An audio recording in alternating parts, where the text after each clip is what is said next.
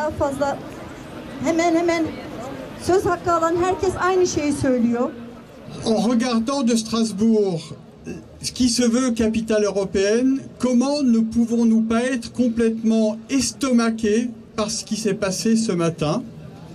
Parce qu'au-delà de ce qui s'est passé en Turquie ces derniers jours, ce qui s'est passé en Turquie ces derniers mois, il y a aujourd'hui l'exigence, la nécessité que l'Europe fasse appel à elle-même pour que, dans les conditions difficiles qui sont les nôtres, dans l'ensemble de ce territoire, la démocratie ne soit pas seulement un impératif, mais que l'Europe fasse aussi une interpellation des chefs de l'État sur un certain nombre de pays.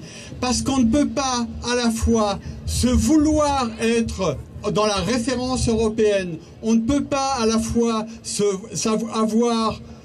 dire partager un certain nombre de d'essence démocratique et avoir des pratiques qui sont d'un autre âge, qui sont des pratiques antidémocratiques, qui sont des pratiques où les peuples des différents pays dont on parle, et notamment à Turquie, on a l'impression d'un retour en arrière. Et je pense que ça, depuis Strasbourg, capitale européenne, nous ne pouvons pas l'accepter et nous devons le dénoncer. Et je suis effectivement aujourd'hui content que très rapidement, après ce qui s'est passé ce matin, il y ait ce regroupement sur la place Kléber, parce que c'est à la fois symbolique, c'est politique, et il doit aussi y avoir un message de la part de l'ensemble de nos concitoyens par rapport à ce qui s'est passé à Ankara ce matin. Merci beaucoup, merci. Moi, je suis d'abord là en tant que citoyen, en tant qu'élu local, et c'est vrai qu'un attentat qui fait 30 morts sur le lieu où l'opposition turque se réunit à Ankara ne peut que générer de l'émotion, appeler, je dirais, quelque chose qui est absolument scandaleux et qui nécessite quand même un appel au niveau européen, parce qu'on le voit, la situation en Turquie, comme sur d'autres pays, mais particulièrement en Turquie, qui fait partie du Conseil européen. Je crois qu'il y a un appel à lancer auprès des responsables européens pour que le processus démocratique en Turquie prenne enfin un peu d'ampleur, parce qu'aujourd'hui nous sommes dans une situation où c'est à la fois l'obscurantisme, et quand on voit ce qui se passe avec l'opposition, quelle qu'elle soit en Turquie, ce n'est pas acceptable pour un pays qui fait partie du Conseil de l'Europe, pour un pays qui veut rentrer dans l'Union européenne, et donc il y a un appel aux responsables européens par rapport à Erdogan. Nereden geldiğini çok iyi biliyoruz. Ama bunlar mert de değil. Yani barış istiyoruz. Je profite un peu de cette manifestation pour vous poser la question, mais c'est vrai qu'Erdogan était là dimanche dernier à Strasbourg, au Zénith de Strasbourg. Comment ça se fait que ça a pu avoir lieu alors que le maire de Bruxelles, lui, a refusé ce meeting?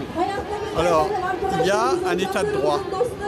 Il y a, en 1997, Jean-Marie Le Pen a demandé à faire le congrès du Front National à Strasbourg, au Palais de la Musique et des Congrès. Et déjà à l'époque, cette question avait été posée, et la réponse qui a été donnée, c'est l'organisme qui gère les lieux ne peut pas donner une réponse négative à cette demande-là. Et donc, le gestionnaire du Zénith, comme à l'époque le gestionnaire du Palais de la Musique et des Congrès, a été obligé de donner une réponse positive, tout en sachant qu'en 1997, quand il y a eu le congrès du Front National, il y avait 50 000 personnes dans la rue.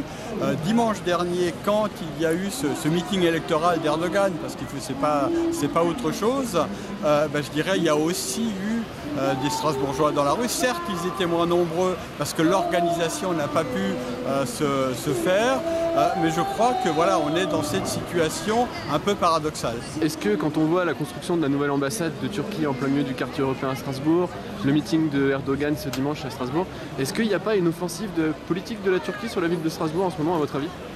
Je pense qu'il y a de la part de la Turquie une présence de plus en plus importante dans beaucoup de pays européens.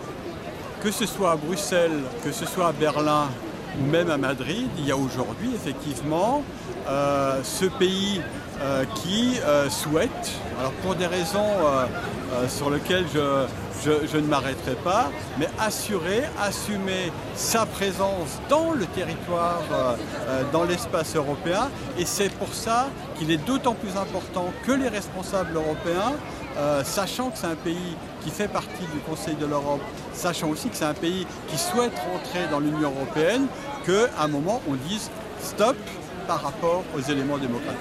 Il y aura une ambassade de Chine qui va aussi se construire pas loin. Il y a l'ambassade des États-Unis qui est toujours, qui à un moment, il y avait des craintes. Le fait d'être capitale européenne fait que les institutions, notamment des autres pays, soient présentes de manière forte à Strasbourg, et ce qui à la fois effectivement se verra beaucoup plus. C'est pour ça qu'il faut encore être beaucoup plus attentif sur la question de la capitale européenne et sur la question de la démocratie dans ces deux institutions européennes que sont le Conseil de l'Europe et l'Union européenne.